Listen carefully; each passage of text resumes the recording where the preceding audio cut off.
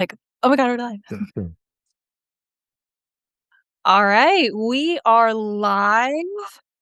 I am going to let people kind of get piled in here, but the full recording will also go out later. I know a lot of people are very interested to know what is going on with DHS appropriations. All right, welcome, everybody. All right, I am joined by Representative Jim McGovern out of Massachusetts 2, right? I've got your district correct. You got it correct. Yeah, absolutely. And Lovely. even though I live in Worcester, I'm in Northampton as we speak. So I'm meeting with constituents. Fantastic. Well, thank you for your work and thank you for being on the ground this week. And I know last week you guys had a very chaotic, hectic time. So thank you for joining me today. We are talking about DHS appropriations, as everyone knows, and is at the top of mind. And so just to recap for everybody what's going on, the House had sent over I don't even know if you call it a minibus anymore because it's like half the appropriations, but a 6 appropriation bill package of appropriations, and the House, you guys actually voted for it separately. 7147 was the DHS, and 7148 was all the other appropriations bills. But when they packaged it after the floor votes for you guys, they sent it over to the Senate as one, which is why there's now all the scuttlebutt in the Senate about Right. whether they're going to tear it apart or not. Which it looks like they, at this point, at 5:10 p.m. Eastern on January 29th, it looks like they might actually be taking the DHS bill back out and trying again, but we shall see. But Representative McGovern, you're on the House side, and you were on the front lines because you chair the Rules Committee. And for anyone who is not aware, the Rules Committee is basically your last stop before the House floor with all bills that run through the House. It's where any last-minute amendments are done that weren't done in committee. It's where you guys talk about the rules of debate and set the rules of debate for the floor and all that kind of stuff. So you are like the last Yeah. gatekeeper, as it were. Well, by the way, I want to correct the record. I wish I chaired the Rules Committee. Then Oh, we sorry. wouldn't be going. We wouldn't be going through all this bullshit. We would just everything would be beautiful. But My apologies. I'm the I think ranking that member. I hope to be the chair. right. In the 120th Congress, you'll be the chair. That's Right. my wishful Yeah. thinking, going like next January, Representative McGovern will be the chair. But no, right now you're the ranking member, which means the Right. highest number on the Democratic Right. side. And there are 4 of you who have been between Scanlon, Leisure Fernandez, and Negus, and yourself. It has been you guys have been really holding it down over there, being very educational in your spots about what is happening with these bills. So we truly appreciate your service on that. If you wouldn't mind telling everybody what you all tried to do, especially once that 6 bill package hit the Rules Committee last week, before it hit the House floor, as far as things you were trying to do to protect the American people. Yeah. Well, first of all, you know, appropriation bills, when they come to the Rules Committee, our job should be to make amendments in order. We should be, because it came out of the Appropriations Committee, but a lot of other members have ideas. And, we should ask for their input, and we should make as many of those amendments in order as possible. Unfortunately, under the Republican leadership, they have a tendency to shut down, all amendments. They basically report out closed rules, take it or leave it. And I say all the time that the Rules Committee has become the place where democracy goes to die. I mean, all good ideas are just shot down automatically. And, there were 81 amendments, if I'm remembering correctly, that were offered to the Department of Homeland Security appropriations bill. 81 members. By the way, some of them were Republican amendments. Mhm. Um, and um, and all of them were shot down. None of them were allowed to be made in order. And so on the Rules Committee, I mean, all of us on the Democratic side, we engage with the members who came to the committee to offer amendments to talk about the substance of those amendments. I mean, there was obviously great controversy over ICE. I mean, we have this massed, armed, kind of secret police, if you will, that is terrorizing our communities, that murdered a young mother, a 37-year-old mother. She was shot in the face 3 times, and we have, a VA ICU nurse who was executed. So people are upset. Our constituents are upset, and they deserve a debate. And we deserve to consider and vote on amendments that would defund ICE, that would set some guardrails around ICE, that would require, body cameras, and that they would, before they can go into your house, that they have to have a judicial warrant. We were, we were kind of trying to lift up all the things we're hearing from our constituents. And by the way, the stuff that we're talking about, it's not just Democratic constituents that are raising these issues. People who are independents or unenrolled, even Republicans, are like, I can't believe what the hell is happening in this country. This is crazy. This is like Germany in the 1930s, and it just has to stop. And um, and so the Republican leadership just shut everything down. And I offered, amendments. I offered every single amendment, that was designed to put some checks and balances in place around ICE, and I offered them every one of them, and they were all rejected. And it's just a shitty way to run Congress. That's not the way government should run. I'm just being blunt with you.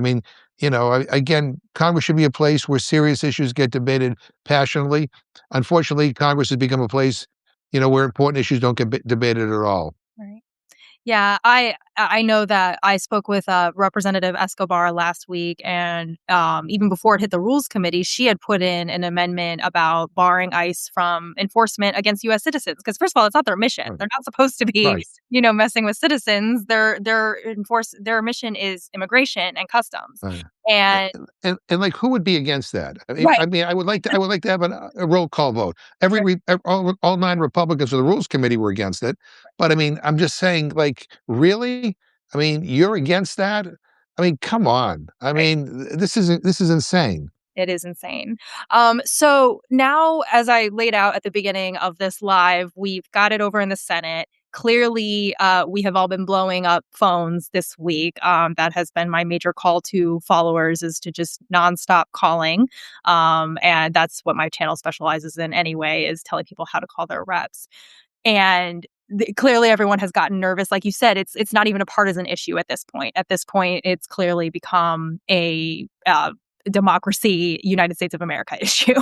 And so with that in mind, looking at the possibility of the DHS appropriations bill being split off and sent back to the House, what are you kind of thinking from your end, especially on the rules side, which means it would hit your committee again, is probably likely, like any likely scenarios or things that you'll be fighting for, or encouraging your Yeah. Senate colleagues to fight for?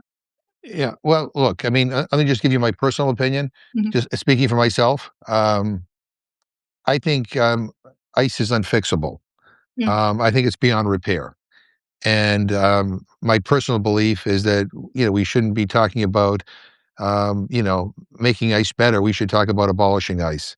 We existed without ICE for over 200 years, mm, um, and um, and this kind of agency has turned into a terror organization. Um, you know, Obviously, what I want to see, is as many guardrails put in place as possible before it comes over to the House. Because again, I think if the Senate does something, the House is going to be asked to take up whatever the Senate did, and we're not going to be, they're not going to be open to, any other amendments, because then if we change anything, I have to go back over to the Senate again, or back and forth.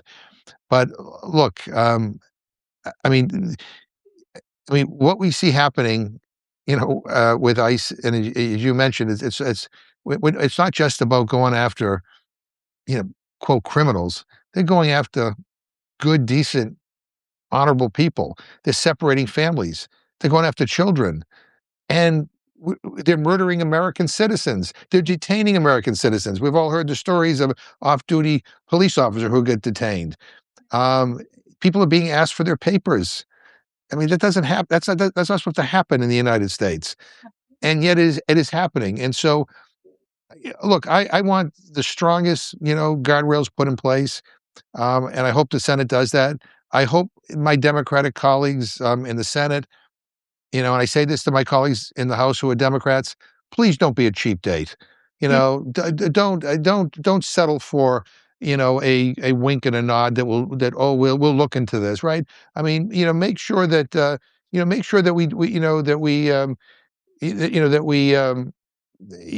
that we hold the line here, that we're strong, that we actually stand for our convictions and that our values are clear and that we're reflecting, the concerns that we're hearing from our constituents. And I don't want the Senate to cave, and again, I don't want them to settle for, something that amounts to nothing more than glorified bullshit.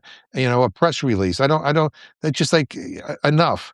Uh, I think I do a lot of town halls, and the one critique I get about Democrats in general, and they, they tell this to me as a Democrat, right? Is you guys need to fight harder, and you need to stand for something, and we don't want you to rearrange the deck chairs in the Titanic.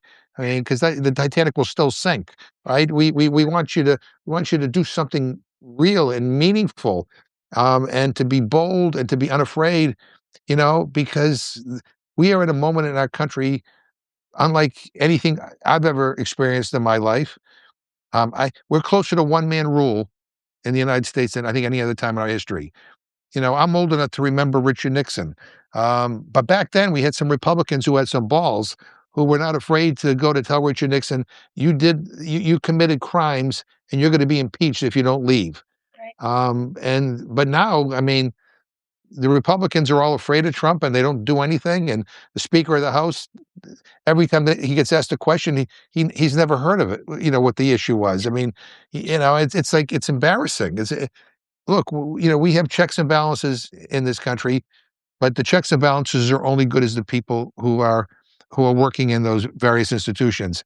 And unfortunately, the House Republicans have been a great disappointment, and they have basically forfeited their constitutional responsibilities, and they've gone along to get along, and it really is sad.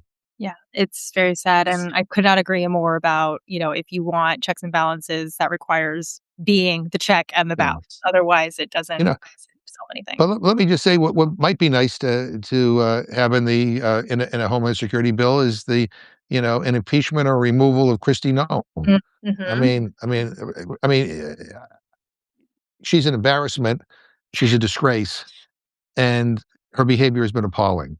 Yes. You know, and so she needs to go. I mean, how Stephen Miller is still part of this Trump, inner circle is beyond me. I mean, he scares me. I mean, Mm, every time he says something, it's chilling. I mean, and and by the way, Tom Homan is the replacement for Movino. I mean, I like really people bought off with that. If that satisfies you, you are a cheap date. right. Um, I think he's a scary guy too, and I don't want ICE to remain in Minneapolis or anywhere else. And for us to think things are better, because again they changed the names on who leads the organization. No, go back and Google some of the stuff that he has said over the last several months. I don't see the difference And in The terms of Atlantic ideology. Yeah, The Yeah, Atlantic has a great piece on Tom Homan, a very it's a long piece, so it would take everyone a while to read, yeah, but you wanna know who Tom Homan is, they tell you who he is and what he's about, and it's nothing good. It's Greg Bavino without the showboatism, which is almost scarier because he's right. not gonna be maybe wildly in front of the cameras, but he's still doing the things. So, yeah. Yeah. I mean, and again, and I said this in the Rules Committee. I said this to my Republican colleagues because we dealt with a lot of appropriations bills last week. It's time for them to stand up and to grow a spine, because I get it. They're all afraid of Trump. I mean, it's really unbelievable how frightened they are of him. But as I said to him, that it's only a matter of time before he turns on you. I mean, if you were to ask me a year ago, would he turn on Marjorie Taylor Greene? I would have thought that was unthinkable. Mm. And now he's calling her all kinds of names, and she's evil, she's terrible, and all that kinds of stuff. I mean, he does. He demands not total loyalty, absolute loyalty. He demands that you view him as a saint. I mean, it's like that you worship him constantly, and if you don't, he turns on you. You know, so do the right thing, because again, he will turn on you at some point. And the other thing is that, like, why, you know, I get it. People run and they get elected to Congress and they want to win re-election. I understand that. But why the hell would you want to stay here if every day you go to work and vote against your conscience? Yeah. I mean, I have talked to so many Republicans who have told me that he's insane, he's crazy, he's creepy, he's out of his mind. And then when you or anybody else comes up with a, with a camera and says, "Oh, what do you think of Trump? Oh, he's the greatest president in the history of the world." I mean, come on. I mean, these members of Congress, they have kids and grandkids. I mean, if they're worried about their legacy, they ought to take a stand. I mean, it's just to go along, to get along when our democracy is under attack, makes you complicit. These people are, and by the way, if you vote for this money for ICE, you are complicit. You bear some of the responsibility, for the deaths of these Americans and for the deaths of innocent people. I mean, you can't, vote this way and then, say, "Oh, I didn't know about this." We all know about this. Everybody knows what's happening right now. Yeah, we're seeing it in prime time with all the cameras in the world on it. Representative McGovern, I want to hang on to some things that you said earlier in this before I let you go, which is you're like, Mm, "Hey, I don't think this is fixable." And, I've been directing people that follow me to really focus on midterms, to really focus on having a 120th Congress that has different majorities so that you will be the chair of the Rules Committee yeah. if all goes well. What would be, at least you can obviously mostly only speak for yourself, but hopefully the caucus as well. What would you be pushing the caucus towards as far as the future of ICE, given new majorities in Congress? Yeah, I think we need to agree that ice doesn't work, that ice, is not fixable, and maybe we need to start fresh. Look, we all agree, that we want our borders to be safe and controlled, and orderly. We all agree that anybody who commits terrible crimes, ought to be held to account, no matter where they're born. Quite frankly, that's. I mean, the majority of violent crimes are committed by people who are white men, right? People can Google that. And so, but we're a nation of immigrants, for God's sakes. And the immigrant population has contributed so much to our communities, to our culture. Um, you know, um, they're such an important part of our workforce. I mean, caring for our children, our senior citizens, and then we have immigrants who are leading, doing cutting edge research, trying to find cures to Alzheimer's and cancer and everything else. I mean, we should want people to come to this country who can contribute. And so we need to help change this narrative. And I think, one of the problems have been that too many of us have been, quiet when they have denigrated, and attacked, immigrants in this country. We have just felt it's easier to say nothing, or that, nobody will buy this, or that, "Oh, this is just a passing phase." Well, the lesson of Donald Trump is you gotta answer everything. Right. You can't let anything stand. And I'm really saddened and heartbroken by what he has done to this country. Yeah. And I have colleagues on the Republican side who say, "Oh, you need to defend America. You need to defend America. We're the greatest country." I say, to me, our job is not to defend America as it is, but to fight for an America that we want it to be. Right. Right? I mean, that's where our focus ought to be.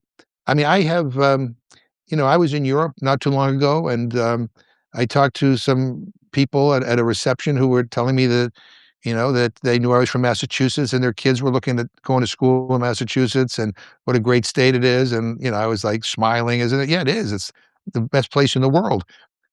And then when I asked them, "What school did your son or daughter decide to go to?" A number of them said, "Well, we decided that maybe at this moment, it's not a good time for them to be in the United States. Maybe it's not safe." Boy, that was like a punch in the stomach. I mean, it's like, wow, that's what they think of our country. Right. Um, and um, And I should also tell you, I co-chair the Human Rights Commission in Congress, Tom Lantos Human Rights Commission, named after the only Holocaust survivor who served in Congress.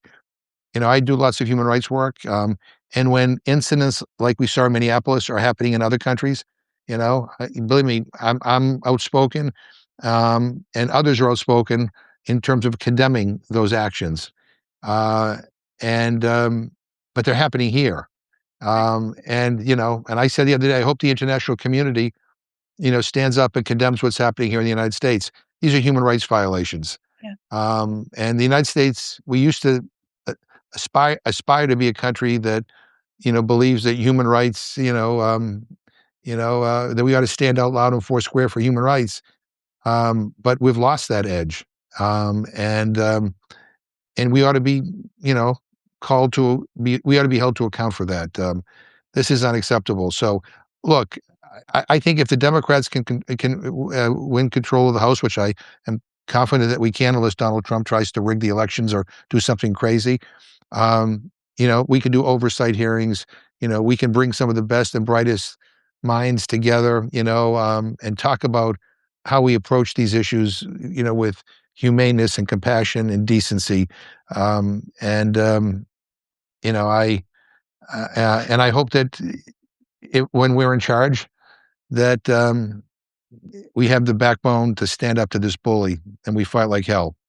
Amazing. Fight like hell. I think that's a great place to end Mm. this. Representative McGovern, I really appreciate your time this evening. I know you've had a long day and I'm at the very end of it.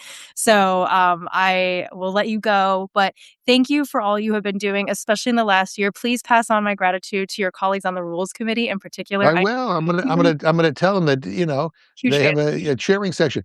I should tell you that I'm leaving Northampton, driving to Worcester, and tonight at 7:45, I'm going to be outside the VA hospital in Worcester at a vigil honoring Alex Preddy. So it's cold out here, but we expect a good crowd, and it. we need to keep showing up. So thank you. Of course. Thank you for all that you do. Everyone have a great evening. And you heard him. We need to get to midterms and keep everyone accountable in the meantime. Have a good night, everyone.